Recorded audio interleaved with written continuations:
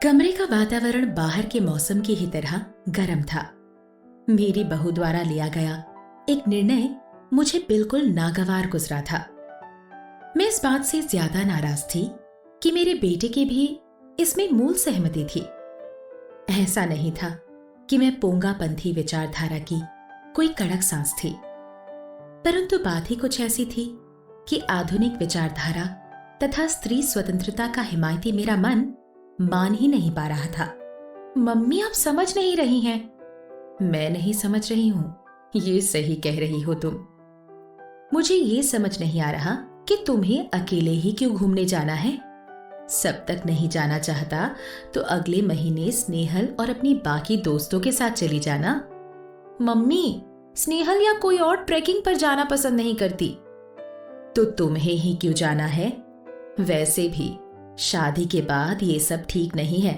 अनजान लोगों के साथ रात रात भर अकेले रहने में भला कौन सी समझदारी है? मधु एकदम ठीक कह रही है। सुमित, मेरे पति बोल पड़े थे। पापा जी, मेरी जान पहचान का ग्रुप है। ग्रुप के सदस्यों के साथ पहले भी गई हूं मैं। बात जान पहचान की नहीं है अलीना। मैंने क्या कभी तुम्हें किसी काम के लिए मना किया है? परंतु बच्चे, शादी के बाद कुछ चीजें सही नहीं लगती। सब तक साथ होता तो बात अलग होती। मैं तो तुम्हें रजामंदी नहीं दूंगी। बाकी तुम खुद समझदार हो, अपने निर्णय लेने के लिए स्वतंत्र हो, वयस्क हो। मम्मी, शादी का क्या अर्थ होता है? काफी देर शांत होकर हमारी बातें सुन रहा मेरा बेटा सब तक अचानक बोला, अर्थ? हाँ मम्मी, क्या ये अर्थ स्त्री और पुरुष के लिए भिन्न होता है? नहीं, ऐसा तो मैंने नहीं कहा। आज तक मुझे तो मेरी किसी पसंद को भूलने को नहीं कहा आप लोगों ने। फिर अलीना के साथ ये अलग व्यवहार क्यों? शादी का अर्थ अपनी पसंद नापसंद को पति के अनुरूप बदलना तो नहीं होता। फिर वो मेरे घुटनों के पास आकर बैठ गया और बोला, इस रिश्ते से विलग स्त्री का एक बहुत ही महत्वपूर्ण रिश्ता स्वयं से भी है। शादी का अर्थ उस रिश्ते को तो भुला देना कदापि नहीं है। पता नहीं हमारा समाज स्त्रियों से ही सदा त्याग की उम्मीद रखना कब छोड़ेगा। वे भी पुरुषों की तरह इंसान हैं, उनकी भी इच्छाएं हैं। अपने पति से इतर उनका एक अलग व्यक्तित्व भी है। बेटा, मैंने कुछ कहना चाहा, लेकिन वो बोल पड़ा, मम्मी, आपको तो पता है मुझे एक्रोफोबिया है। मुझे ऊंचाई से घबराहट होती है। परंतु अलीना तो कई सालों से ट्रैकिंग पर जाती रही है। उसका पहला प्यार ही ट्रैकिंग है। हिमालय की चोटी पर चढ़ना तो उसका ख्वाब रहा है और आज उसका ये सपना पूरा होने जा रहा है। मैं उसे ये कहकर रोक दूं कि तुम अब किसी की घर की बहू हो, इसलिए तुम अपना सपना भूल जाओ। स्त्री को त्याग की देवी, परिवार की दूरी और ममता की छांव बताकर पुरुष और ये समाज अपने स्वार्थ की पूर्ति कब तक करता रहेगा? मेरे अनुसार अलीना सही है और उसे जाना ही चाहिए। मम्मा, इस बार आप गलत हैं। बात उस दिन यही समाप्त हो गई थी। अलीना के जाने में अभी 15 दिन का समय बाकी था। रात को खाने के बाद मैं लेटने ही जा रही थी कि सुमित ने बड़बड़ाना शुरू कर दिया। देख लिया अपने बेटे को? तुम्हारा बेटा जोरू का गुलाम हो गया है। तुम्हारा बुढ़ापा तो कष्टमय गुजरने वाला है। नाक कटा दी खानदान की। मैंने तो कभी भी अपनी माँ की बात नहीं काटी और इसे देखो। मधु, सोचा था मेरा बेटा मेरे जैसा बनेगा, परंतु ये तो शुरू से ही सब तक बड़ा होकर क्या बनेगा, ये निर्णय मैंने पूरी तरह सब तक की खुद की पसंद पर छोड़ रखा था। परंतु वो कैसा पुरुष बनेगा, इसकी एक छवि मैंने अपने मन में बना रखी थी और वो छवि कहीं भी सुमित से मेल नहीं खाती थी। सुमित के बड़बड़ाने की आवाज अभी भी नेपथ्य में आ रही थी, परंतु मैं 30 साल पहले की अपनी दुनिया में पहुंच चुकी थी। संगीत मेरे शरीर में लहू की तरह बहता था।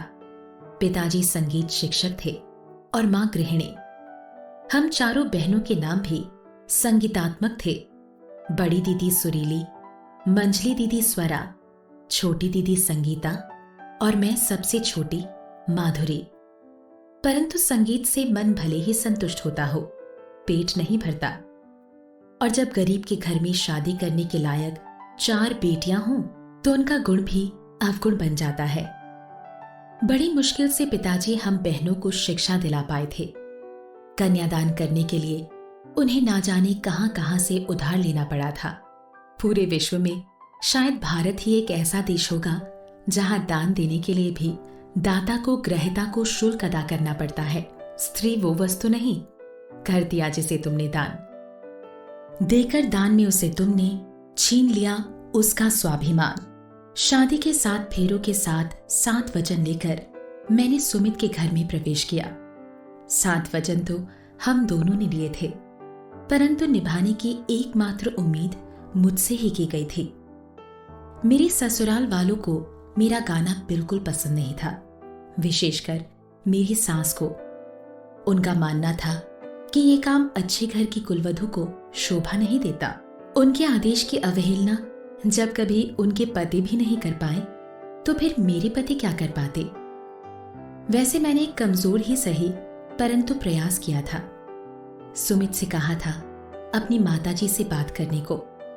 माधुरी, मैं एक आदर्शवादी पुत्र हूं, मुझे तुम जोरू का गुलाम नहीं बना पाओगी।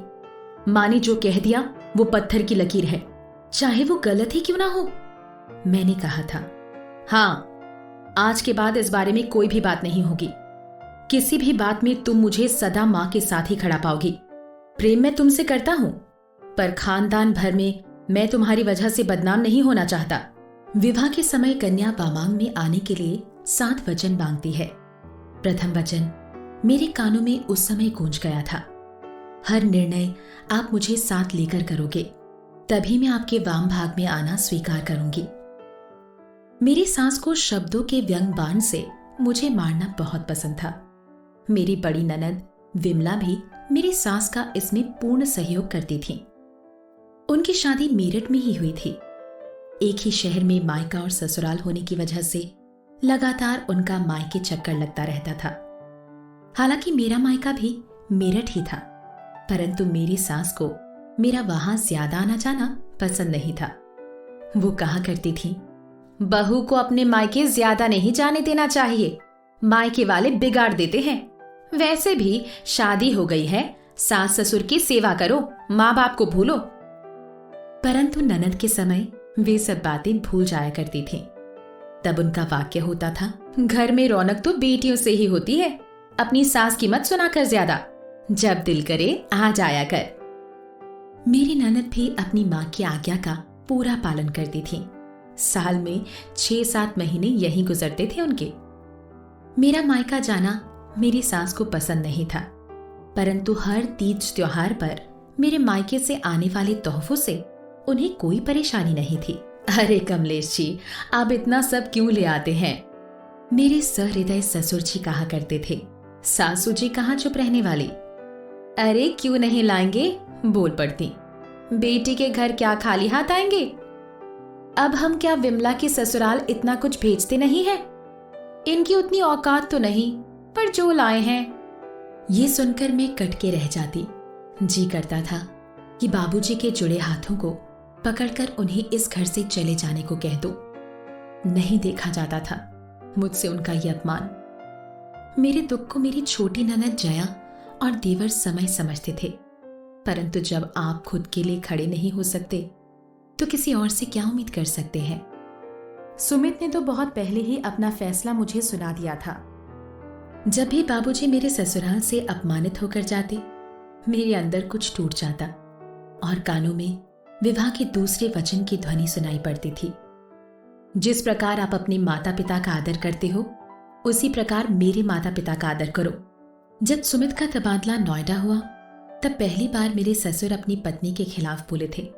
सरला, जाने दो माधुरी को सुमित के साथ, अपनी गृहस्थी संभालेगी और तुम्हें सुमित के खाने पीने की चिंता भी नहीं रहेगी। अरे वाह माँ, पापा को तो भाभी की बड़ी चिंता है, विमला ने व्यंग कसा था। जिसे जहां जाना है जाए, मुझे तो सारी उम्र रोटियां ही बेलनी है, सासू जी बड़बड़ाती रही। मेरे आज्ञाकारी पति कैसे पीछे रह जाते। नहीं माँ, माधुरी यहां रहेगी आपके पास, मैंने वहां एक कुक का इंतजाम कर लिया है। वैसे भी रमेश के साथ रहूंगा तो पैसे कम खर्चा होंगे। मेरा राजा बेटा ये जानता है कि इस पर अपने छोटे भाई बहनों की जिम्मेदारी है। तुम तो ऐसे कह रही हो जैसे मैं निठल्ला बैठा हूं। घर जैसी इसकी कमाई से चलता है, ससुर जी ने एक कोशिश और की। चुप हो गया अब, हर शनिवार को तो घर आ ही जाएगा। सासू जी ने यह कहकर पति की बोलती बंद कर दी। सुमित नोएडा चले गए थे। अपनी छोटी छोटी जरूरतों के लिए भी मैं अपनी सास पर मोहताज थी। कई बार सुमित से कहा भी कि मुझे कुछ पैसे भेज दिया करो। तुम्हें क्या जरूरत पैसों की? जब कभी जरूरत हो तो मां से मांग लिया करो। मां ने कभी मना किया है क्या? उन्होंने कभी किसी वस्तु के लिए मना नहीं किया, परंतु उस वस्तु की उपयोगिता बताने के क्रम में जो कुछ भी मुझे सहना पड़ता था वो मैं सुमित को नहीं समझा सकती। मैं कपड़ों की जगह सैनिटरी नैपकिन इस्तेमाल करना चाहती थी। हिम्मत बटोरकर ये बात जब मैंने अपनी सास को बताई थी, उनकी प्रतिक्रिया आज भी मेरे रोंगटे खड़े कर देती है। अरे सुनते हो समय जया। घर के सभी लोग, नौकर तक बरामदे में आ गए थे। माँ जी, गलती हो गई, माफ कर दीजिए, प्लीज चुप हो जाइए।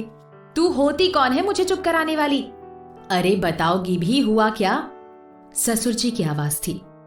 आपकी बहू को अपना मैल उतारने के लिए पैसे चाहिए। माँ जी प्लीज चुप हो जाइए। रो पड़ी थी मैं। तेरे बाप ने भी देखा है कभी पैड? बेटी को पैड चाहिए। सारा माजरा समझते ही मेरे ससुर और देवर सिर झुकाकर अंदर चले गए थे और मेरे बगल में खड़ी जया मेरे आंसू पोंछती रही थी। कई घंटे तक वे लगातार मुझे अपमानित करती रही थीं। इस घटना के बाद मैंने अपनी सारी अभिलाषाओं तथा जरूरतों को एक संदूक में बंद करके दफन कर दिया था। मेरे बेटे के जन्म ने मुझे मां बनने का गौरव तो प्रदान किया, परंतु जब उसकी छोटी छोटी जरूरतों के लिए भी मुझे हाथ फैलाना पड़ता, तब मेरा हृदय चित्कार कर उठता। विवाह का तीसरा वचन भी मेरे कानों के पास आकर दबी आवाज में चीखा करता था। आप अपनी युवावस्था से लेकर वृद्धावस्था तक कुटुंब का पालन करोगे। मेरी एक पुरानी सहेली रम्या मुझे एक दिन बाजार में घूमते हुए मिल गई। औपचारिकतावश मैंने उसे घर आने को कह दिया था, परंतु मैं उस समय अवाक रह गई जब शनिवार को वो अपने पति और बच्चों के साथ अचानक आ गई। मेरा आधुनिक वस्त्र पहनना ना तो सुमित को पसंद था और ना ही उनकी माँ को। बिना बाहों का ब्लाउज पहनना भी उनके परिवार में मना था। राम्या को जीन्स और स्लीवलेस टॉप में देखकर मैं समझ गई कि आज पति और सास दोनों की ही बातें सुननी पड़ेंगी। परंतु उस दिन मैंने सुमित का अलग ही रूप देखा था। जितने वक्त रम्या रही, सुमित मेरे कमरे में ही मौजूद रहे। दिन के समय सुमित हमारे कमरे में बहुत कम आते थे, इसलिए ये मेरे लिए सुखद आश्चर्य था। रम्या की तारीफ करते नहीं थक रहे थे वे। और तो और अगले दिन बाहर घूमने का प्लान भी बना लिया उन्होंने। रात में मैंने सुमित से पूछा भी था, बिना मां से पूछे कल घूमने का प्लान कैसे बना लिया तुमने? उसकी चिंता तुम छोड़ो, क्या औरत है रम्या जी, कितना मेंटेन किया है। उनकी फिगर को देखकर कौन कहेगा कि 2 बच्चों की मां है। सौरभ जी भी तो कितने अच्छे हैं। क्या क्या अच्छा लगा तुम्हें सौरभ जी में? नहीं, बस रम्या से पूछकर निर्णय। जोरू का गुलाम है और तुम्हें शर्म नहीं आती?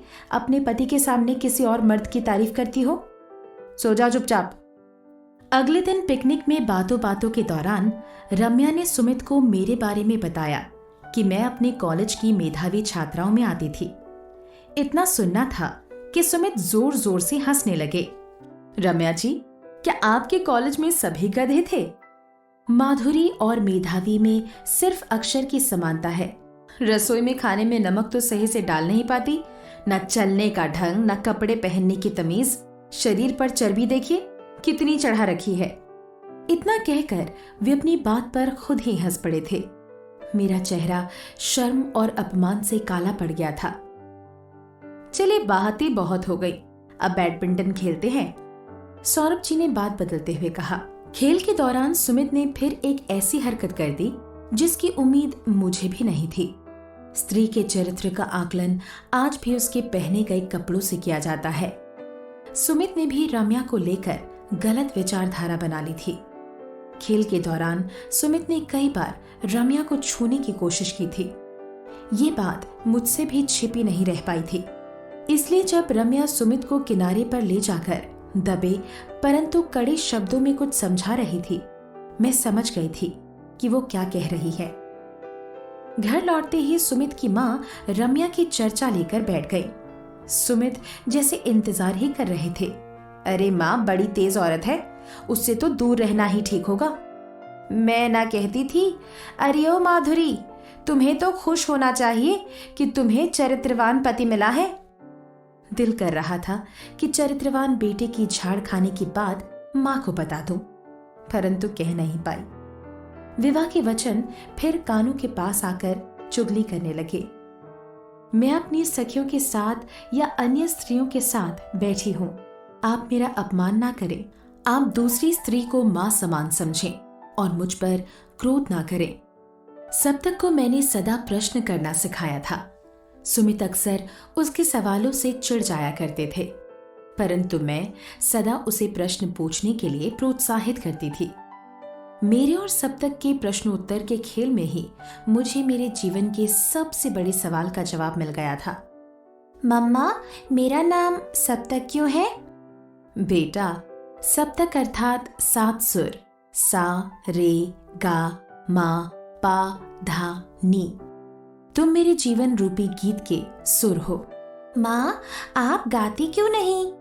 वो बेटा, कभी कभी जीवन में कुछ फैसले मानने पड़ते हैं। मम्मा, आप कोई भी बात ऐसी ही मान लेती हो? ऐसा होता आया है, इसलिए हम बात क्यों माने?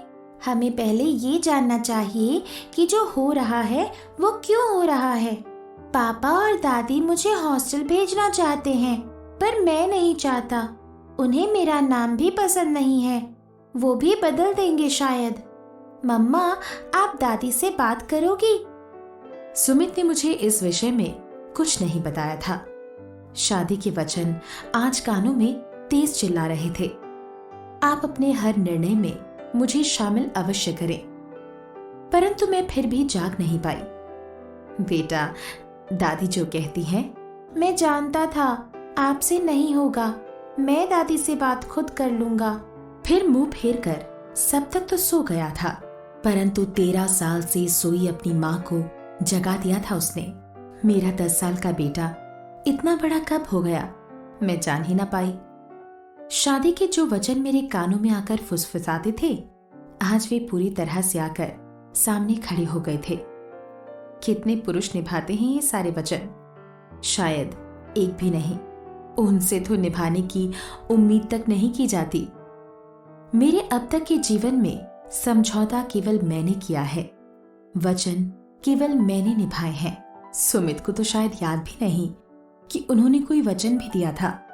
वो इसलिए क्योंकि पुरुष बड़ी चतुराई से इन वचनों को भूल जाता है, परंतु स्त्री को ये वचन भूलने ही नहीं दिए जाते। अपने सास ससुर की सेवा ना करने पर क्या किसी दामाद को कभी खटखड़े में खड़ा करता है ये समाज? उसकी लाख बुराइयों को भी छिपा लिया जाता है, परंतु एक बहू जब ऐसा करती है तो बिना कारण जाने उसे अनगिनत गलत संबोधनों से नवाजा जाता है। ताने उल्हाने सुनकर भी जो चुप रहे, उसी स्त्री को अच्छी बहू का मेडल मिलता है। कभी कभी तो वो भी नहीं मिलता। उस दिन समझ पाई थी मैं, शादी के इन वचनों को बनाया ही इसलिए गया था ताकि स्त्रियों को पुरुषों के ऊपर निर्भर रखा जा सके। ये पूरी प्रथा ही पितृ सत्तात्मक सोच के अहम को संतुष्ट करने के लिए बनाई गई थी। स्त्री को अपने सुखों के लिए किसी पर निर्भर क्यों रहना पड़ता है? पंडितों ने अपनी तथा पुरुष संप्रभुता को बनाए रखने के लिए ये सारे नियम कानून बनाए थे। मैं अपने बेटे को पुरुष होने का दंभ भरते हुए नहीं देख सकती थी। मैं उसे इस सोच के साथ बड़ा होता नहीं देख सकती थी कि हर स्त्री को अपनी रक्षा अथवा अपने फैसले लेने के लिए पुरुष की आवश्यकता होती है। अपने लिए तो फैसले अब मैं खुद लूंगी। अगले दिन सुबह ही मैंने सुमित को बता दिया था कि मैंने नोएडा में रहने का निर्णय लिया है। घर में तूफान आ गया था। सब कुछ बहुत कठिन था, परंतु मेरे ससुर, देवर और छोटी ननद इस बार चट्टान की तरह मेरे साथ खड़े थे। अगर वे साथ ना भी होते तो भी मैं पीछे हटने वाली नहीं थी। मेरी सास ने मुझे इसके लिए कभी भी माफ नहीं किया था, परंतु पिछले 15 सालों से भी तो वे मुझे अकारण ही सजा दे रही थी। जया की शादी के अगले ही दिन हम नोएडा आ गए थे। सुमित का असहयोग आंदोलन यहाँ आकर भी जारी था।